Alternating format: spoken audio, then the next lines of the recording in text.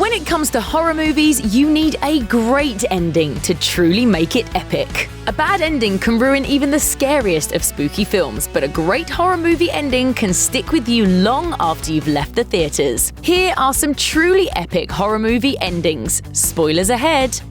Kill List.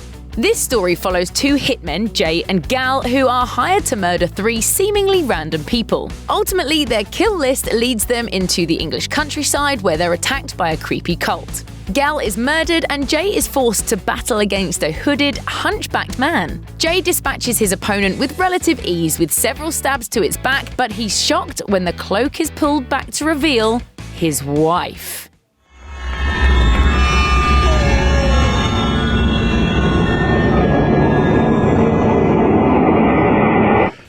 Worse still, the hunchback's bump is actually their young son strapped to his mum's back as part of an occult ritual. Absolutely stunned that he's just butchered his family, Jay disappears into his own mind as the cultists applaud the fight and place a crown atop his head. The Guest. The chaos begins when Army veteran David visits the family of a fallen comrade. At first, David seems like a cool guy, but under that charming, hunky exterior, there's an ultra-aggressive super soldier waiting to explode. Several plot turns later, David is chasing our sibling heroes Anna and Luke through a high school haunted house, seemingly intent on doing away with them. Luckily, Luke gets the upper hand when he stabs David in the chest. The authorities soon arrive on scene, and it looks like Anna and Luke are finally safe until a familiar-looking fireman walks out of the gym. The Invitation. The story of this creepy film focuses on a man named Will who receives a dinner invitation from his ex-wife Eden for a dinner party with some old friends that he hasn't seen in years. But beneath the polite conversation, Will can sense there's something strange going on, all while Eden and her new husband David are promoting some bizarre cult. As the evening wears on, Will notices David walking into the backyard and lighting a red lantern. Soon after, Eden and David start butchering every guest they can get their hands on. Fortunately, Will survives the assault, but as he steps outside, he sees something almost as horrifying.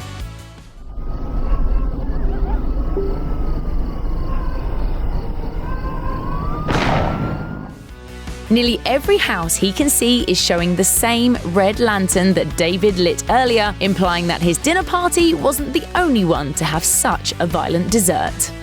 Krampus. Fed up and frustrated with his unruly relatives, a young boy named Max loses the Christmas spirit, tears up his letter to Santa, and tosses the shreds out the window. Little does Max know he's just summoned a horned beast named Krampus who plans on punishing Max's entire family.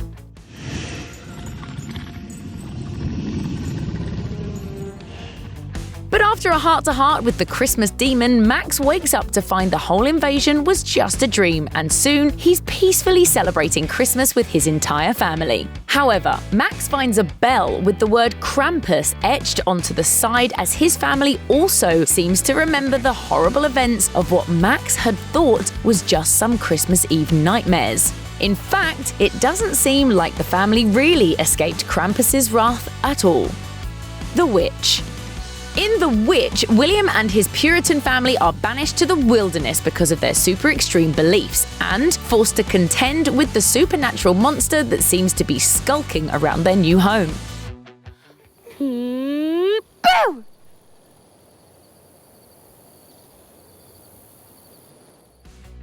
The Witch does a pretty good job of tearing the family apart, and eventually, the only member who isn't dead or missing is eldest daughter Thomasin. Left all alone in the middle of nowhere and feeling cut off from the Almighty, Thomasin strikes a deal with Satan. Wouldst thou like to live deliciously? Yes. Following Satan's orders, Thomasin strips nude and wanders into the woods, where a coven of witches rise into the air as Thomasin joins them.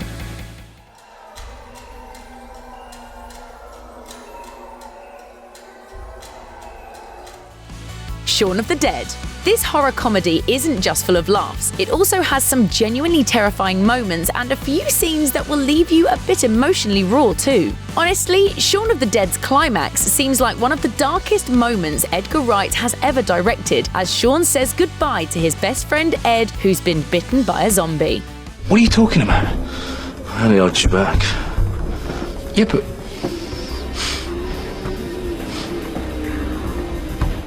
But in the last scene of the film, Wright sends the audience off with a bit of the old switcheroo. As it turns out, Shaun's life after the zombie apocalypse really isn't all that different from how it was before the zombie apocalypse. Ed!